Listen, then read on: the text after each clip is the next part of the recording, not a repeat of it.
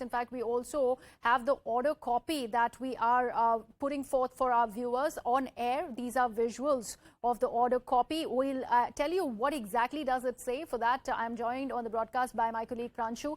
Pranshu, celebratory, scenes from outside the court premises. We've had various reactions, a flurry of reactions from the Hindu side, of course, very, very jubilant. What else are you picking up from outside the court complex? And what does this order copy really say?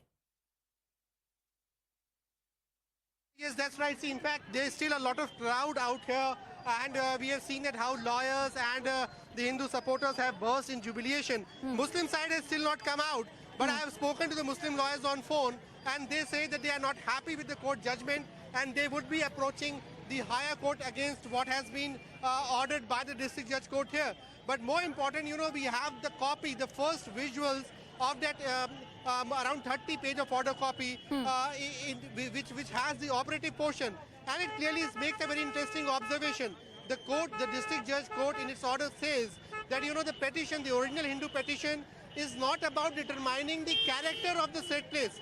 It is about the right of worship, and we all know that Ma Shringar Gauri case was actually the petition filed by the 5 Hindu litigants seeking the right to worship at a particular spot.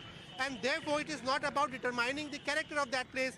And therefore, the court says that the prayer seeking the right to worship at a particular spot can't be barred by the Places of Worship Act of 1991. And therefore, the petition raised by the Muslim side has been quashed, and the Hindu side's argument have been upheld by the court. And this point has been clearly mentioned in that operative portion, the page, the copy of which, the order copy which we now have here on CNN News 18. All right.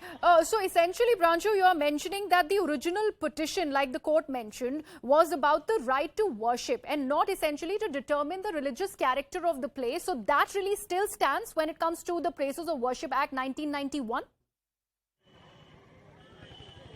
Yes, that's right. In fact, there's absolutely no doubt. This entire matter started with 5 women litigants going into the court saying that they want the right of daily worship at the Ma Shringar Gauri temple, which is in fact, an impression that has been that is carved out on one of the walls of the Gyanvapi Mosque. Then we saw serious developments taking place in the case, and with that fountain being called in as an ancient Shivlinga, the question of the character of the place also came up. But when the matter reaches before the court, it is primarily the original Hindu petition which is talking only about the right to worship rather than seeking the court's intervention to determine the character of the said spot. And the court therefore says that, the petition seeking the right to worship is not barred by the Places of Religious Worship Act of 1991. And therefore, this case is clearly a case appropriate for the hearing. Muslim side, of course, is not happy because Muslim side feels that, this matter has taken the larger dimension of determining the entire nature, the argument, the dispute over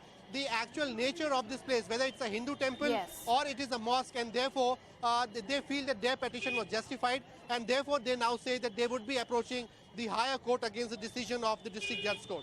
Absolutely. In fact, Pranshu, thank you so much for sharing with us the order copy. My colleague Shivani has that for our viewers, and she is deciphering it for us. Let's cut across to Shivani. Shivani, over to you. Thanks a lot for that. So there are multiple acts that have been cited by the Masjid Committee in this case to bar the maintainability of the suit filed by 5 Hindu devotees to pray inside what is today's masjid complex. Let me just take you through the operative part of the order that I have a copy of. It says, from the perusal of above-mentioned provisions of the Act, it is clear that no bar has been imposed by the Act regarding a suit claiming right to worship idols installed in the endowment within the premises of the temple or outside. Therefore, defendant number 4 failed to prove that the suit of the plaintiffs is barred by the UP Sri Kashi Vishwanath Temple Act 1983. The court order also goes on to say, in view of the above discussions and analysis, I have come to the conclusion that the suit of the plaintiffs is not barred by the Places of Worship Act 1991, the Waqf Act 1995, and the UP Sri Kashi Vishwanath Temple Act 1983.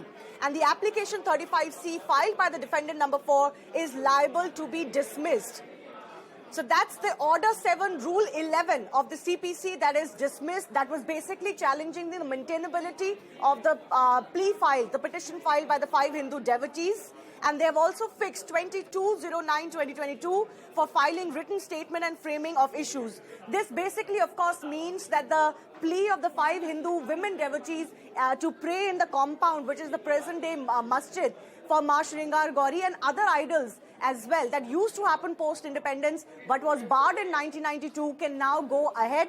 That case can go ahead. So they will make those arguments afresh, but the legal hurdle in front of that plea has now been dismissed. And there are multiple acts, as I was showing, that was brought forth by the Masjid Committee to bar the maintainability of the plea. But on all of those accounts, the court has ruled today that that is not going to bar the maintainability of the plea. So that's the Places of Worship Act 1991, that's the Waqf Act 1995, and the Sri Kashi Vishwanath Temple Act 1983. Under all of those sections and acts, the court has ruled that this plea is very much maintainable. Back to you.